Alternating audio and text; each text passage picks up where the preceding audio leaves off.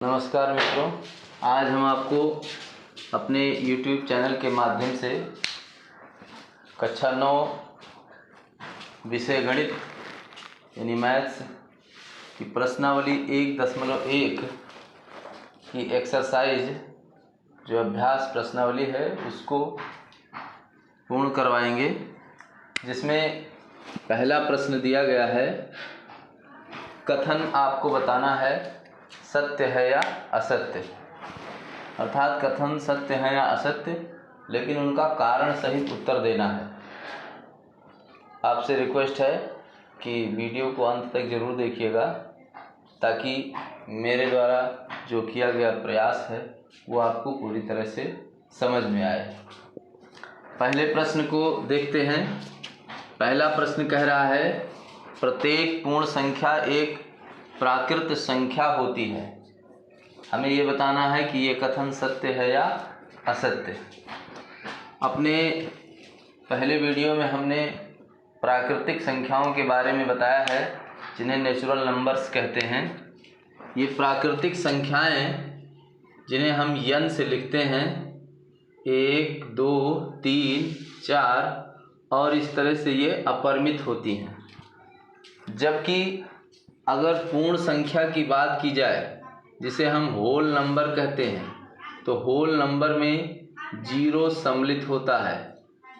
अर्थात प्राकृतिक संख्याएं शून्य से ना प्रारंभ हो करके बल्कि 1 से प्रारंभ होती हैं और अपरिमित होती हैं, जबकि पूर्ण संख्याएं जिन्हें होल नंबर कहते हैं वो शून्य से प्रारंभ होती हैं और 1, 2, 3, 4 के क्रम में चल करके अपरिमित तक जाती हैं।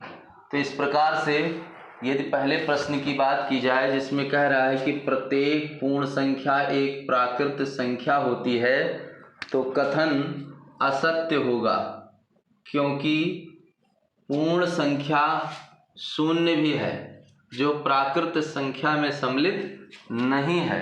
अर्थात शून्य प्राकृत संख्या नहीं है, इसलिए प्रत्येक पूर्ण संख्या प्राकृत संख्या नहीं हो सकती है। आशा करते हैं आपको समझ में बेहतर आया होगा। एक बार फिर से समझ लेते हैं। प्रश्न कह रहा है, प्रत्येक पूर्ण संख्या एक प्राकृत संख्या होती है। तो हम अगर प्राकृत संख्याओं की बात करें तो वो 1 से प्रारंभ होकर अपरिमित तक जाती हैं, जबकि पूर्ण संख्याएं शून्य से प्रारंभ होकर अपरिमित तक जाती हैं। तो इस प्रकार देखा जाए तो दोनों में शून्य का अंतर है।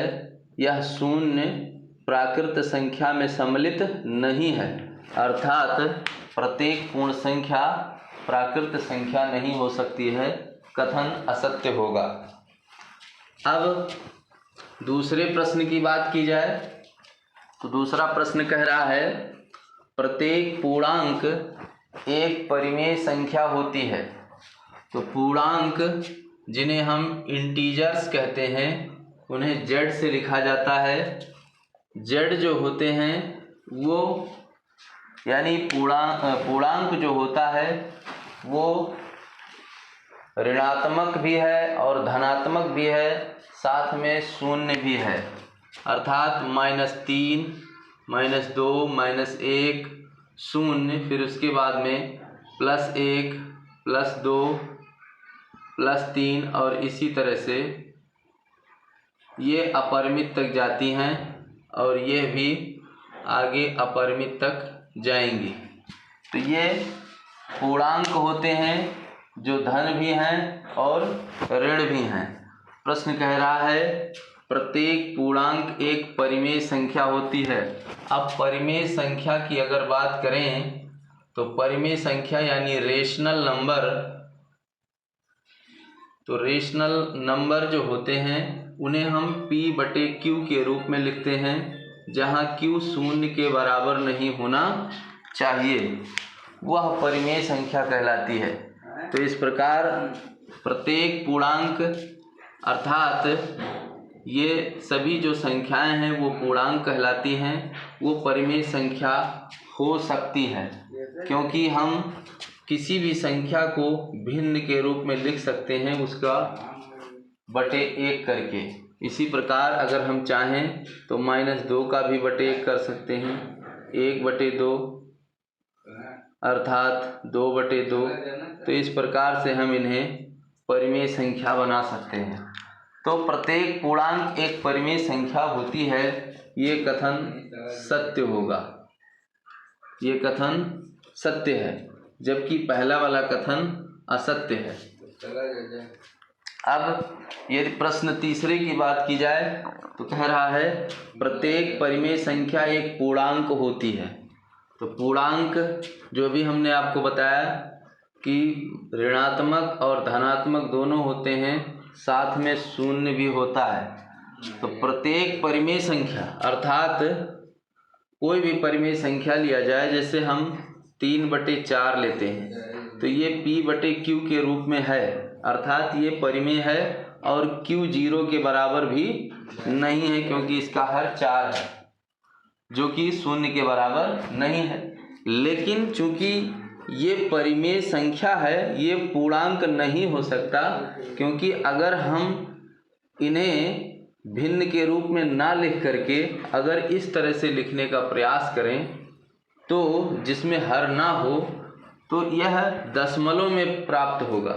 जैसे अगर 4 से 3 का भाग किया जाए तो 0 पॉइंट यहाँ 30 हो जाएगा, 4 सत्ते 28, यहाँ 2, 4 पंचे 20, अर्थात 0.75 प्राप्त होगा, जो कि पूर्णांक नहीं है, क्योंकि पूर्णांक संख्याएं वह होती हैं जो दशमलव में ना हो।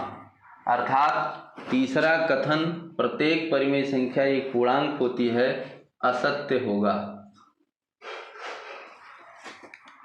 अब प्रश्न चौथे की बात करें तो लिखा है प्रत्येक प्राकृत संख्या एक पूर्ण संख्या होती है। प्रत्येक प्राकृत संख्या, तो प्राकृत संख्या यानी नेचुरल नंबर में हमने आपको बताया था 1, 2, 3, 4 और इसी तरह से ये अपरिमित तक जाती हैं, तथा पूर्ण संख्या में बताया था हमने कि वो W बराबर ये 0 से प्रारंभ होकर के अपरिमित तक जाती हैं। तो यहाँ हम देखते हैं तो प्राकृत संख्या और पूर्ण संख्या में केवल 0 का अंतर है, जबकि जो भी प्राकृत संख्याएं हैं वे पूर्ण संख्याएं में आपको दिख रही हैं। अर्थात प्रत्येक प्राकृत संख्या एक पूर्ण संख्या होती है, ये कथन सत्य होगा। और ये प्रश्न जो है वो NCERT के द्वारा पूछा गया था, इसलिए हमने यहाँ मेंशन कर दिया है। NCERT खास करके ये तमाम कॉम्पिटिटिव यानी कि जो प्रतियोगी परीक्षाएं होती हैं उनमें भी ऐसे प्रश्न पूछे जाते हैं, और अक्सर ये छोटे छोटे प्रश्न हम लोगों को कंफ्यूज कर देते हैं। पांचवा प्रश्न देखा जाए तो लिखा है प्रत्येक पूर्णांक एक पूर्ण संख्या होती है। यहाँ फिर से देखते हैं, पूर्णांक अर्थात इंटीजर्स जिन्हें हम पूर्णांक यानी इंटीजर्स जिन्हें हम z से लिखते हैं, ये z इक्वल टू ((-3, -2, -1, 0, +1, +2) और अपरिमित तक जाती हैं। जबकि पूर्ण संख्या यानी होल नंबर जो होता है वो 0, 1, 2, 3 इस तरह से ये अपरिमित तक जाती हैं।